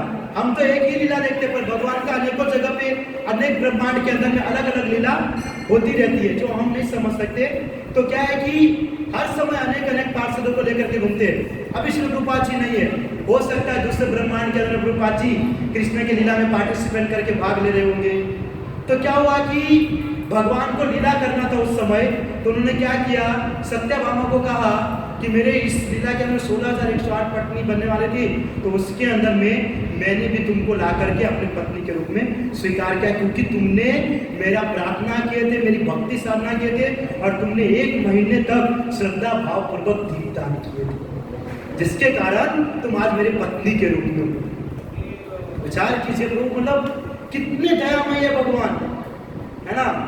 राधा रानी तो है, पर भगवान कृष्ण भी कितना कृपामय है, दयामय है, कभी भी हमको स्वीकार कर सकते हैं। लेकिन हमारे अंदर भी वैसा भाव प्रेम होना चाहिए। हम सिर्फ सभी सीनियर से सुनते हैं कि कार्तिक महीना है, अच्छा अच्छा करना चाहिए, माला बढ़ाना चाहिए, ये करना चाहिए, वो करना चाहिए, ये करना, परंतु भाव कहाँ है? आप हर चीज कर रहे हैं लेकिन भाव ही नहीं है तो क्या मतलब है? आपके पास घर के अंदर में स्टोव है, गैस है, सब्जी है, चावल है, गेहूं है, आटा है, सब है, लेकिन आप खाना ही नहीं बना सकते, तो सबका क्या मतलब है? अब माला भी करते हैं, आरती भी अटेंड करते हैं, कथा भी सुनते हैं, भक्तों का संग भी करते हैं, लेकिन भाव ही नहीं है तो क्या मतलब रहा उसका? कोई मतलब है? कोई मतलब नहीं, कोई मतलब नहीं। इसलिए भाव का होना जरूरी है।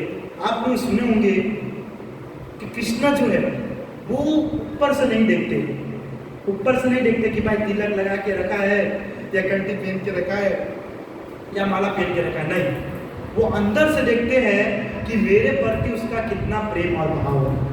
इसलिए एक भजन है शायद, भाव के भूखे है भगवान, है ना, भाव के भूखे है भगवान। तो भाव होना चाहिए, वो प्रेम होना चाहिए।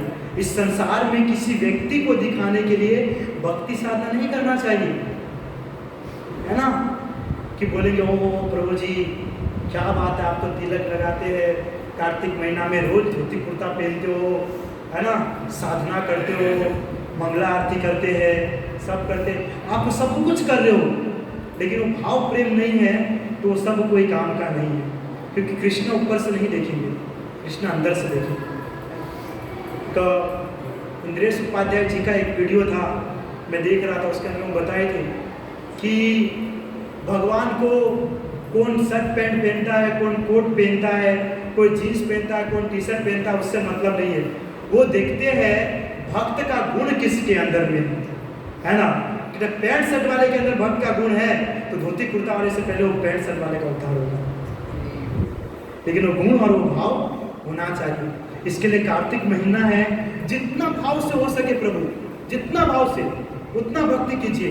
जरूरी नहीं है 60 नाम कंपल्सरी। किसी को लगता है कि 60 नाम कितना हार्ड है, और कोई व्यक्ति बोलता है कि प्रभु मैं 5 माला करता हूँ लेकिन मैं पूरे माला में कृष्ण का स्मरण करता हूँ, तो 16 माला से परफेक्ट हो 5 माला, जिसमें हर मनके के ऊपर में कृष्ण का स्मरण हो सके, हर मनके के ऊपर में।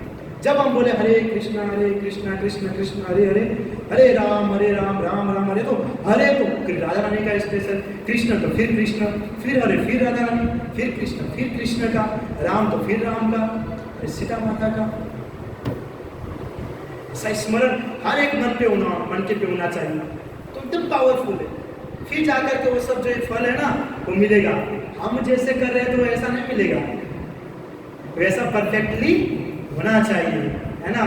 इसके लिए भाव रूप से, भाव से जितना आपका भाव है, कम कीजिए लेकिन अच्छे से कीजिए, कम कीजिए पर अच्छे से कीजिए, ऐसा नहीं एकदम। इसलिए प्रभुपाद जी कहते हैं ना कि क्वांटिटी नहीं चाहिए हमको, क्वालिटी चाहिए, है ना। प्रभुपाद जी मस्त बोल देते हैं कि प्रीचिंग करना हो तो राजा को प्रीचिंग कीजिए, प्रजा ऑटोमेटिक भक्त बन जाए। हाई लेवल का थिंकिंग है ना। इसलिए भाव रखिए, प्रेम रखिए। ये सब तो कृष्ण को पता है, 2 दिन का जो होगा वो भी धोती कुर्ता पहन करके आने वाला है, लेकिन भाव किसका है? हाँ, प्रेम किसका है? इस्कॉन में क्या है इस्कॉन के अंदर प्रेमेरा स्वभाव, यहाँ प्रेमेरा संबंध, प्रेम का भाव है एक दूसरे भक्त के प्रति, प्रेम का संबंध है एक दूसरे भक्त के प्रति। ये जब रहता है तब जाकर के कृष्ण जो है हमारे बीच में आकर के हमसे प्रेम भाव का संबंध रखते हैं और अपने साथ अपने धाम में ले जाते हैं। इसलिए भक्ति भाव से कृष्ण का भजन कीजिए, जितना हो सके उतना, है ना, जितना हो सके उतना कीजिए। क्योंकि कार्तिक मास है, मैंने कहा कि हर चीज़ का 2 गुना फल मिलेगा, है ना। और पाप करोगे तो पाप का भी 2 गुना मिलेगा। तो पाप को थोड़ा कम कीजिए और पुण्य को थोड़ा बढ़ा लीजिए। रावण लक्ष्मण जी को उपदेश दिए थे कि पाप करने का मन हो तो आज कल परसों तरसों करके उसको हटा दीजिए, और पुण्य करना तो तुरंत स्टार्ट कर दीजिए, बस जैसे ही पता चला कि ऐसे चैंटिंग करेंगे तो भगवान की प्राप्ति हो जाएगी, डायरेक्ट हरे कृष्ण कृष्ण कृष्ण। इंटेलिजेंट व्यक्ति वही है जो तुरंत समझाए, लेकिन जिसको बार बार समझा फिर भी समझो कौन है? टंकी है नहीं। इसके लिए कार्तिक मास है, अच्छे से भक्ति साधना कीजिए। जितना समय बीत गया ठीक है, लेकिन जितना समय है उसमें और भी अच्छे से भक्ति साधना कीजिए, और इतना प्रेम भाव लाइए ना कृष्ण के प्रति कि बांध करके रख दीजिए, है ना। बाद में तो खुल भी गए थे, लेकिन हमारा भक्ति प्रेम ऐसा हो जब तक वो लोग न पहुंचे ना तब तक खुलना नहीं चाहिए। रस्सी ढीली पड़ी तो वापस यहाँ, ढीला नहीं करना चाहिए, एकदम टाइट रहना चाहिए और वहां पर जाकर के खुलना चाहिए। ओके, तो ऐसा भक्ति साधना कीजिए पूर्ण रूप से, ताकि राधा रानी का ब्लेसेस मिले और कृष्ण का भी ब्लेसेस मिल सके। हरे कृष्णा। श्री रघुपाद की जय, गौर प्रेमानंदे। कुछ बता रहे थे चंदन को आप?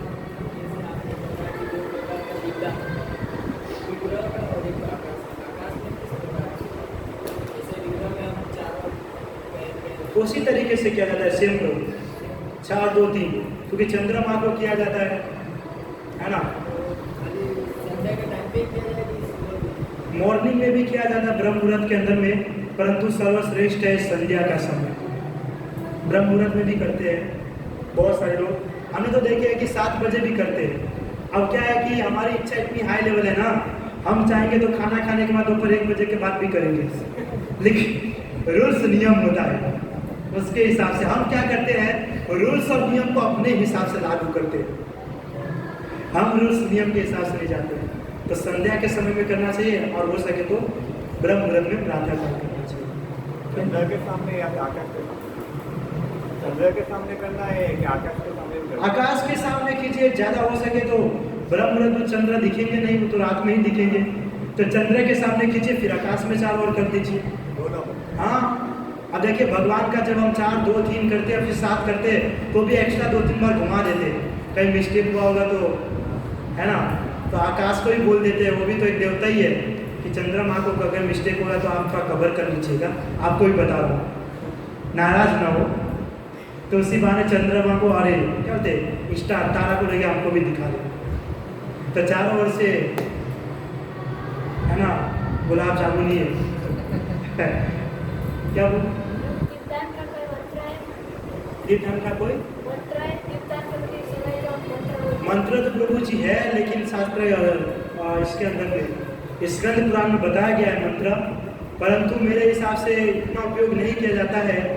आप कर भी सकते हैं, ऐसा है तो मैं अभी आपको बता दूंगा, परंतु उसमें सर्वश्रेष्ठ हरे कृष्ण महामंत्र लिया जाएगा, क्योंकि इससे बड़ा मंत्र कोई है नहीं। क्योंकि आपने क्या कहा कि इसके अंदर में कोई मंत्र है, लेकिन मैंने कहा महामंत्र है क्या नहीं, तो मंत्र से बड़ा है महामंत्र। इसके लिए अगर ये लिया जाए तो सब कवर हो जाए। नहीं तो आपको बताओ प्रभु, मंत्र तो एक एक चीज के अंदर में, एक एक चीज के अंदर में, हम जो सुदर्शन को प्रणाम करते हैं ना बाहर झुक करके, हमने करण को हमने जोया था ना बुक के अंदर, 1.5 पेज में 1.5 पेज का मंत्र है सुदर्शन का, आधा इस साइड भी दूसरे आधा इस साइड सुदर्शन का। तो मंत्र तो बहुत सारे हैं, लेकिन हम इतना कैपेबल नहीं है ना, हम इतना, इसीलिए हमारे लिए एकमात्र उपाय कर दिए भगवान ने, कौन सा, हरे कृष्णा कृष्णा कृष्णा हरे हरे, हरे राम राम राम हरे हरे। सबको खत्म करने वाला, इससे बड़ा कोई भी नहीं। इसलिए ये किया, यानी कि सब इसके अंदर में आ गया। हाँ बोलो।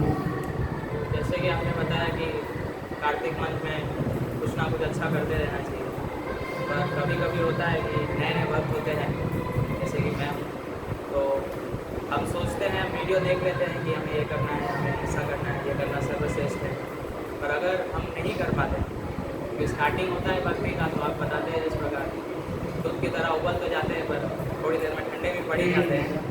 तो इसमें क्या करना चाहिए, मतलब कि मैं तो अभी ट्राई किया पर हुआ नहीं, 5 दिन हुआ, 4 दिन हुआ, 6 दिन हुआ, बंद हो गया। परंतु मैं तो ये सोचता हूँ कि आपने ट्राई तो किया ना। देखिए एक सिंपल वस्तु है, आपने कार्तिक मास का महत्व सुने, अगर उसका महत्व नहीं सुनते तो अब आप विचार कीजिए, महत्व नहीं सुनते तो माइंड के अंदर में जो सुने वो सब भी नहीं रहता है, जो प्रयास किया वो भी नहीं, लेकिन सुने तो कुछ तो एफर्ट किए ना, कुछ तो एफर्ट किए ना।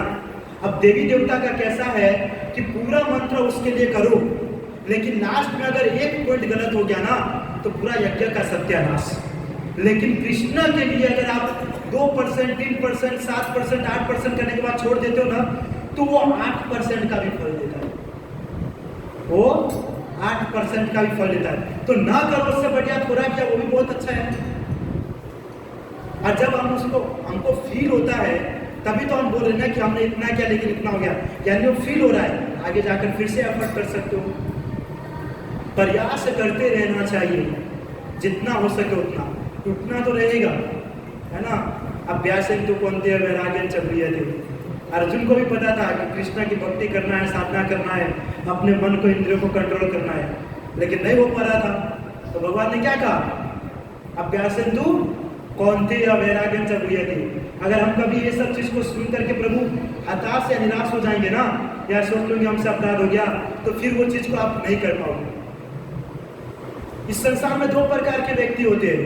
जब हम किसी को कोई चीज के लिए डांटते हैं तो कार्य को वो व्यक्ति करना ही बंद कर देगा, लेकिन ये इंटेलिजेंट व्यक्ति वो है, डांट सुनने के बाद वो कार्य को सुधारने की कोशिश करता है, वो कार्य को सुधारने की कोशिश करता है ना। उसी प्रकार ये सब सुनने के बाद हम और आगे बढ़ने का प्रयास करते, वो परफेक्ट है। ये नहीं हमसे नहीं हो रहा है तो अपराध हो रहा है, खत्म नहीं, ये नहीं। कम से कम अगर कुछ नहीं करे तो कुछ कर रहे वो बेहतर है ना। इसके लिए एफर्ट करते रहिए, टू ट्राई फिर से स्टार्ट कीजिए, टू ट्राई स्टार्ट कीजिए। लेकिन ऐसा होगा कि ऐसे राजा बन करके रहेंगे, आमने सामने वाला माया देवी कितना भी आपके ऊपर इफेक्ट डालेगी ना, कोई फर्क नहीं पड़ेगा, है ना। इंद्रियों को विजय करके रखेंगे, पर प्रयास करते रहना चाहिए, प्रयास करना जरूरी है। ये वो हाँ बोलो। ये देखिए तो कभी कभी हम मंदिर ज़्यादा आते हैं या फिर मंदिर में कंटिन्यू रहते हैं, तो कभी कभी ऐसा लगने लगता है कि जैसा माहौल बाहर है वही माहौल तो मंदिर में भी है। कभी कभी ऐसा लगने लगता है, और कभी कभी भक्ति कभी एकदम हाई हो जाता है, कभी लगता है हाँ अच्छी भक्ति हो रही, और उसके अगले दिन से ऐसा लगने लगता है कि कुछ हो ही नहीं रहा है, कि ये सब तो नॉर्मल है, कि माला तो 16 हो रही है पर एक माला भी काउंट हो ऐसी है नहीं।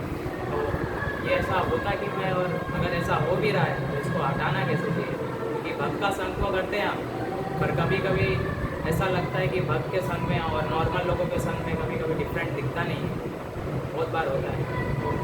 बात बिल्कुल सही है लोग, कि कभी कभी हमको ऐसा लगता है कि भक्तों से संग में भी रहने से वही है और बाहर भी रहने से वही है। या कभी कभी एक वस्तु है, मैं बार बार एग्जांपल देता हूँ, कि जब हम किसी व्यक्ति को उसको उसी के लेवल पे समझ करके उसको प्रणाम करते हैं, उसको इज्जत देते हैं, सम्मान देते हैं, तो वो व्यक्ति हमारे लिए बहुत इम्पोर्टेंट रहता है, एक आदर का प्रति रहता है। लेकिन जब हम उस व्यक्ति के साथ ज़्यादा संबंध स्थापित करने लगते हैं, ज़्यादा रहने लगते हैं, तो क्या होता है, उसके प्रति प्रेम भाव साधना घट जाता है। सबसे प्रथम बात ये। दूसरा क्या है कि जब इस प्रकार का हमारे अंदर भाव आता है, तब जो है भक्ति का जो हम करते हैं कि 16 माला करने के बाद भी हमको ऐसा लगता है कोई मतलब नहीं है, वो तभी लगता है जब आप भक्त को भक्त के तरीके से समझेंगे। सिंपल वस्तु ये है कि जब भक्त के पास जाते हो तो आप भक्त से जिज्ञासा कीजिए। भक्त जो होता है भगवान का, वो कभी भी आपको अपना हर चीज बताएगा नहीं, हर चीज आपके सामने दर्शाएगा नहीं। जब आप भक्त से उसके बारे में जानोगे, आप जिज्ञासा करोगे हर चीज का। जब भी आप मंदिर आते हो तो प्रभु 24 घंटे तो क्या 48 घंटे बैठोगे ना, तो भी आपको कम लगेगा, तब भी कम लगेगा। परंतु हमारे अंदर वो भाव रहता ही नहीं है, वो प्रेम हमारे अंदर रहता ही नहीं है। हम अपने आप को एकदम कम कर देते हैं, हर चीज से खुद को कम कर देते हैं। आप सोचिए जब शुरुआत में आपको कितना एकदम हाई लेवल की भक्ति साधना, नीचे क्यों होता है? क्योंकि हमारी दृष्टि वैसी हो जाती है, जैसी दृष्टि वैसी सृष्टि, है ना, जैसी दृष्टि वैसी सृष्टि। अब कोई व्यक्ति है ना, एग्जाम्पल है शुभम प्रभु है, ये अभी ये अच्छा कथा करते हैं, सब चीज़ बोलते हैं, तो हम इसको समझते हैं हाँ कितना अच्छा बोल लेते हैं, सब कर लेते हैं। लेकिन कभी कभी हमको लगता है कि अरे यार ये तो कितना बोल लेता है, इतना कर लेता है, तो भी ऐसा करता है वैसा करता है। हमारे अंदर एक वो आ जाता है कि वो तो क्या है, हम भी कर सकते हैं, हम भी बोल सकते हैं, ऐसा भाव आ जाता है। होता ही है, सबको होता है। जब वो एक बार में एकदम भगवद गीता का श्लोक बोले और हम एकदम हाई लेवल नहीं, जीरो पे है, तो हो गई। सर्वश्रेष्ठ उपाय ये है कि भक्तों का संग करो तो भक्तों से जिज्ञासा करो, और जितना हो सके भक्तों से जिज्ञासा करके ऐसे भक्तों का संग करने का प्रयास करो जो हाई लेवल है। हमारा क्या होता है, भक्ति में आने के बाद भी ऐसे भक्तों, मैं तो एग्जाम्पल है ना, मैंने देखा ऐसे भक्तों का ज्यादातर संग करते हैं कि जिसके अंदर में कोई गुण है नहीं,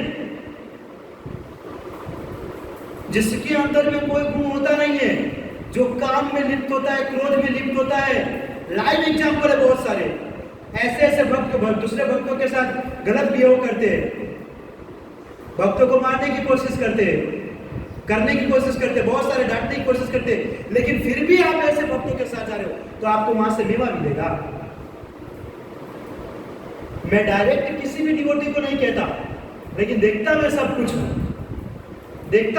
आप समझ रहे होंगे जो मैं कहना चाह रहा हूं। आई टू मैं जो सब बताना चाहता हूं कि हमको पता है वो भक्त जो है इस तरीके का कार्य किया, फिर भी हम उसको इग्नोर नहीं करते और उसके पास जाते हैं। ऐसा भक्त क्या करेगा, आपको प्रसाद खिलाएगा, है ना, आपको अच्छा सा प्रसाद खिलाएगा, आपको घुमाएगा फिराएगा, मीठी मीठी बात करेगा, आप एकदम उसके अंदर मिले। चाहिए क्या, यही चीज चाहिए, लेकिन जो चीज मिलना चाहिए तो कोई नहीं लेता है। कृष्ण प्रति प्रेम भाव और ज्ञान, वो चीज तो हम तो लेते नहीं किसी के पास से। हम सीरियसली कहूं ना, भक्ति में पुराने होने के बाद ज्यादातर भक्त है ना, ऐसे ही भक्तों की खोज करते हैं कि कौन जो है प्रेजेंट कर सके, कोई इधर की बात कर सके, उधर की बात कर सके, कोई हमको पेट भर के प्रसाद खिलाए, आइए प्रभु जी प्रसाद खाइए, आइए प्रभु जी प्रसाद, आज प्रसाद है ना, घूमना फिरना वो करना। और ऐसे भक्तों का संग पता होने के बावजूद भी जब आप ऐसे भक्तों का संग करोगे ना, 100% आपका पतन, 100% पतन हो गई, नहीं होगा नहीं। देखिए जिसके ऊपर में राधा रानी की कृपा है, जिसके ऊपर में दामोदर की कृपा है ना, वो व्यक्ति कैसा भी होगा, लोग उसको कितना भी गलत समझे, लेकिन जब तक भगवान को नहीं लगेगा कि ये गलत है, तब तक उस व्यक्ति का कुछ होगा नहीं। भक्ति 0% भी डाउन नहीं होगा, 0% भी नहीं। भले पूरा व्यक्ति कुछ भी कह दे, वो अपने स्तर से, अगर कोई व्यक्ति गलत है बोल रहे हैं तो अपने भक्ति से नीचे गिरेगा कि नहीं, गिरेगा ना, पर वो गिर नहीं रहा है, वो तो बढ़ रहा है। हाँ, हम तो पहले 60 राउंड कर रहे थे, अभी 25 राउंड चालू किए। पहले सिर्फ पढ़ते थे, अब श्लोका लर्न कर रहे हैं। हम क्या है प्रभु, भक्तों के पास से जाकर के जो चीज लेना चाहिए वो हम लेते नहीं है, वो लेते नहीं है। तभी जाकर के हमारे अंदर ऐसा भाव आता है, प्रेम आता है ना, भौतिक प्रेम। क्योंकि जो चीज चाहिए वो नहीं। मैं सीरियसली मैंने देखा है लाइव एग्जाम्पल, बहुत सारे भक्तों को कोई एक चीज से भक्तों के अट्रैक्शन होता है और उसके जरिए उसके आगे पीछे घूमता रहता है। आरती का समय होगा, वो अपने उसके साथ बैठ रहे, अपने लीडर के साथ। दीपदान का समय होगा, लीडर के साथ बैठे। कथा सुनने का समय होगा, लीडर के साथ बैठे। क्या मतलब है, लेक्चर का समय हो गया, कहीं और घूम रहे हो। रोज हमारा सेवा, आप अपने आप को खुद ही नीचे करते हो, फिर क्या होता है कि हम दोस्त गलत जगह ढूंढते हैं। बुरा जो देखकर मैं चला, बुरा न मिला कोई, जो आपन मन में खोजा मुझसा बुरा ना कोई। भक्तों के पास वो खजाना है, प्रेम का भंडार है, आपको निकालने नहीं आता है। बाकी मैंने बहुत बारी बात मैंने बहुत सारे यूथ को कहा है, कि आप मेरे पास आओ तो ढूंढो, खजाना है, भक्त के पास खजाना है, नहीं है ऐसा नहीं है, लेकिन कैसे भक्त होना जरूरी है। मैं तो प्रभु जो इस तरीके से रहेगा ना धीरे धीरे 100% एक दिन भक्ति खत्म हो जाएगा, 100%। और अगर आपने किसी भक्त को गलत समझ दिया है ना, किसी भक्त को गलत, और वो भक्त अगर परफेक्ट है ना, राधा रानी की ब्लेसेस है, दामोदर की कृपा है, और उसको आपने गलत समझा, आपकी भक्ति 100% माइनस में जाएगी। मैं नहीं कहता, राधा दामोदर कहेंगे, भगवान कहेंगे, 100% माइनस में जाओगे, 100%।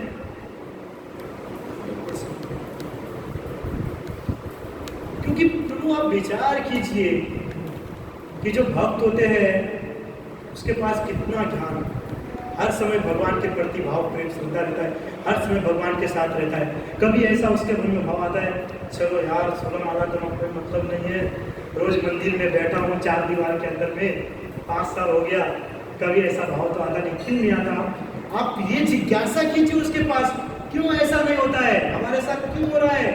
क्योंकि भक्त के पास जो चीज लेना चाहिए वो लेते ही नहीं है, और नहीं लेते तो हम सोते रहते हैं। राम नाम के हीरे मोती में मिटाओ मिटाओ गली गली, लूटने वाले लूट रहे। यह तो सब चीज दरिया बना हुआ है, दरिया बना हुआ है, लेकिन दरिया से पानी निकालने के लिए हमारे पास पात्र नहीं है ना। तो पात्र लेने की योग्यता बनिए, योग्य बनिए कि पात्र में ले सकूं और पात्र के जरिए समुद्र से पानी निकाल सकूं, है ना। जितना हो सके ना लोग भक्तों का संग कीजिए। भक्त कभी भी आपको गलत चीज नहीं दिखाएगा, कभी भी गलत चीज नहीं बताएगा, लेकिन भक्त को भी देखना है कि आप किसका संग करते हो। सब भक्त नहीं है प्रभु, सब भक्त नहीं है, सब थोड़ी हो जाएगा। हम सब धोती कुर्ता पहन के आ जाएंगे, बोलेंगे प्रभु जी तो बहुत भक्त है, क्या बात है प्रभु जी, भगवत गीता का 1-8 श्लोक बताए। प्रभु जी हम तो धोती कुर्ता पहने हैं, तो राजा प्रभु ने कहा इसलिए पहन के आगे, क्या कल से नहीं पहनूंगा मैं, क्या वो बोल रहे भगवत गीता का श्लोक बताओ। हाँ ठीक है, कोई बात नहीं, पहन सकते हैं। ऐसा भक्त होना जरूरी है।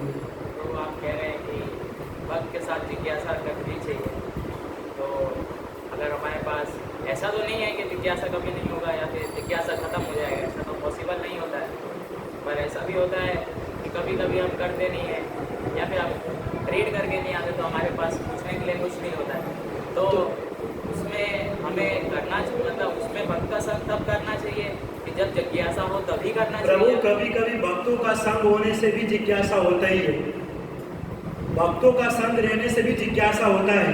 कोई नया नया आए, वो भक्तों का साथ में बैठता है, बोलता है खुशी आप ये तुलसी माला पहने हो, कंठी पहने हो, ये होता है। प्रभु साधुओं का संग करोगे ना, भक्तों का संग करोगे ना, धीमे धीमे वो चीज़ खत्म हो जाए, लेकिन वो भाव नहीं हमारे अंदर। मैं एक ही चीज़ कहता हूँ, वो भाव नहीं हमारे अंदर, वो भाव तो लाइए, बहुत आनंद है, भाव लाइए, बहुत आनंद है। आप भौतिक संसार के व्यक्ति को देखिए जो अपने मित्र के साथ रहता है, घूमता फिरता है, कभी बोरिंग नहीं होता है, कभी फ्रस्ट्रेट नहीं होता है, मजा आता है उसके साथ मिलने में, जाने में, घूमने में, सब करने में, बहुत आज तक इरिटेट है भाव विभाव के साथ। ऐसा नहीं भाव रहता है जरूर से हाल बाय हाल, अरे पेंशन क्यों टेंशन ले, पैसा हुआ आपकी जैसा। भक्ति के अंदर में आने के बाद आप जो है भक्तों को अंदर में दोष देखना चालू करते हो, सबसे लाइटली और फाइनली एंड बात यही है जिसके कारण हमारे भक्ति के अंदर में ये सब इफेक्ट आता है, कुछ भी नहीं होता है। कभी कि हम नहीं देखते हैं, लेकिन फिर भी हमारा ऐसा, लेकिन ज़्यादातर यही है। इसलिए भक्तों का संग कीजिए प्रभु। आप तो किसी भी भक्त का अनुमान नहीं लगा सकते, इसलिए जितना हो सके भक्तों का संग कीजिए। भक्तों के संग से हमने सुने थे ना, चैंटिंग करना स्टार्ट कर देता है, श्रवण करना स्टार्ट कर देता है, अच्छा विग्रह की सेवा करना स्टार्ट कर देता है ना। जो आरती में नहीं आता वो आरती में आना स्टार्ट। अच्छा आप सब विचार कीजिए कि आप सब जब भक्त के कनेक्ट में नहीं थे तब आप मंदिर आते थे, मंगला आरती आते थे, जपा करते थे, आने के बाद हुआ कि नहीं? प्रभु आप तो आगे बढ़े ही हो, तो नीचे गिनते हो? नीचे क्यों गिनते हो?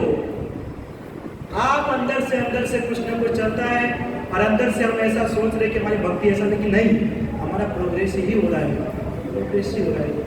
तो व्यक्ति एक बार नाम लेता है, भगवत धाम जाता है, आप तो दिन रात भगवान का चैंटिंग करते हो, पूरा दिन मंदिर में रहते हो। प्रभु मंदिर का मैं आपको बताऊँ, आपको लाइटली लगे, एक बार ये क्या था, खावा माटे 5 પાંડવ પાસે એક જ દાણા હતું।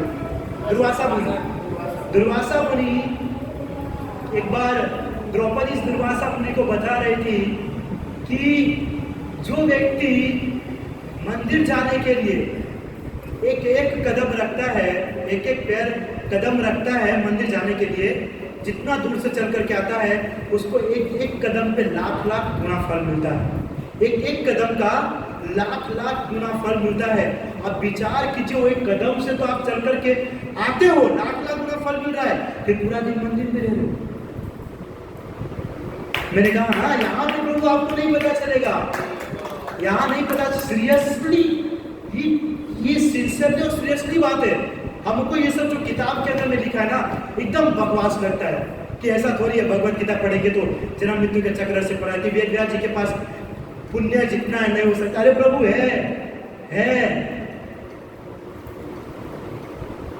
कोई व्यक्ति को पूरा दिन रखिए मंदिर के अंदर, कौन रह सकता है?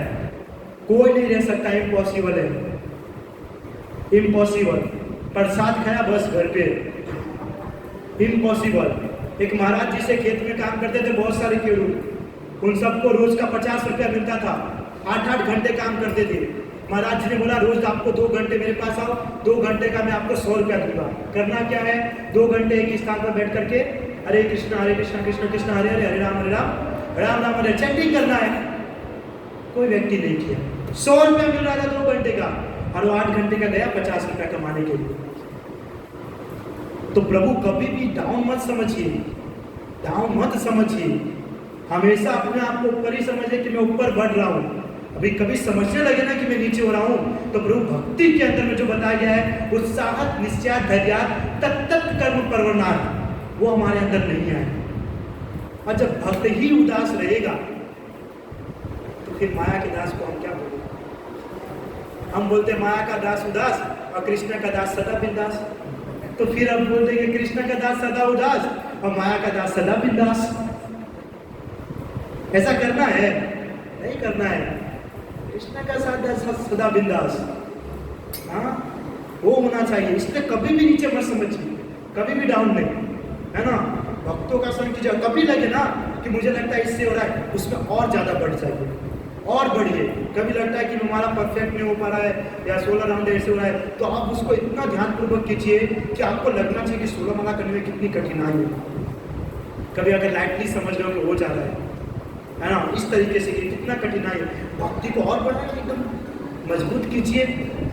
सोने को जितना पिघलाया जाता है आपके अंदर में, उतना लाइट मारता है, उसका चमक आता है ना। कभी भी लगे ना कि भक्ति खत्म हो रहा है, समझ जाएगा आपके कारण ही आपकी भक्ति खत्म हो रहा है, ना कि दूसरे के कारण, आपके कारण ही। अर्जुन ने कहा था चंचलम की मना कृष्ण परमादि प्रबंधम तस्याम विक्रम में मने रोधु। उसने कहा था कि मैं वायु को वश में कर सकता हूँ, पर अपने मन को वश में नहीं कर सकता हूँ।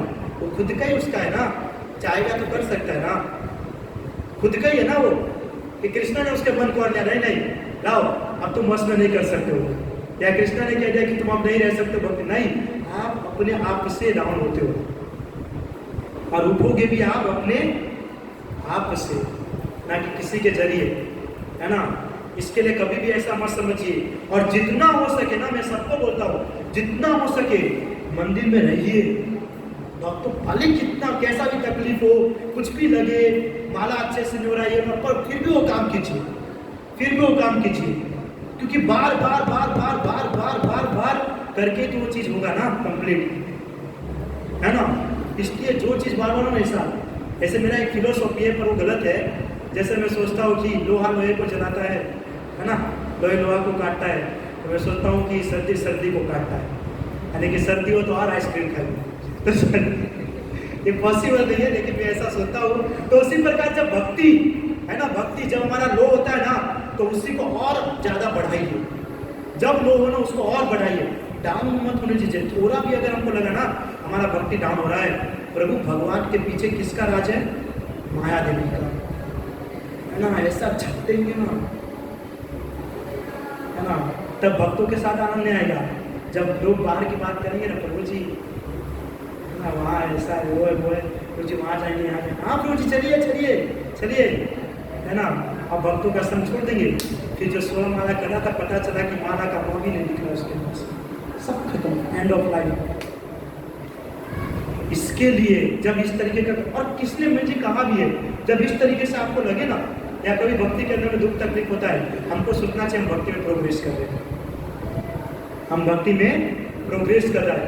जो व्यक्ति को कभी दुख तकलीफ होता नहीं, ऐसी घटना नहीं होती है, वो व्यक्ति कभी हो ही नहीं सकता है कि भक्ति करे। जो भक्ति करे उसके लाइफ में दुख होता ही है। और इस प्रकार का होता है, कुछ चैंटिंग करते मन नहीं लगता है, मंदिर में आते, तुम समझिए कि आप जो है भक्ति में प्रोग्रेस कर रहे हो। ऐसा कब लगेगा? जब व्यक्ति को प्रोग्रेस करना है। जब किसी व्यक्ति को प्रोग्रेस नहीं करेगा ना है, नहीं करना होता, वो तो आएगा तो भी ठीक है, नहीं आएगा तो भी ठीक है, प्रसाद खा लिया चला गया तो भी ठीक है।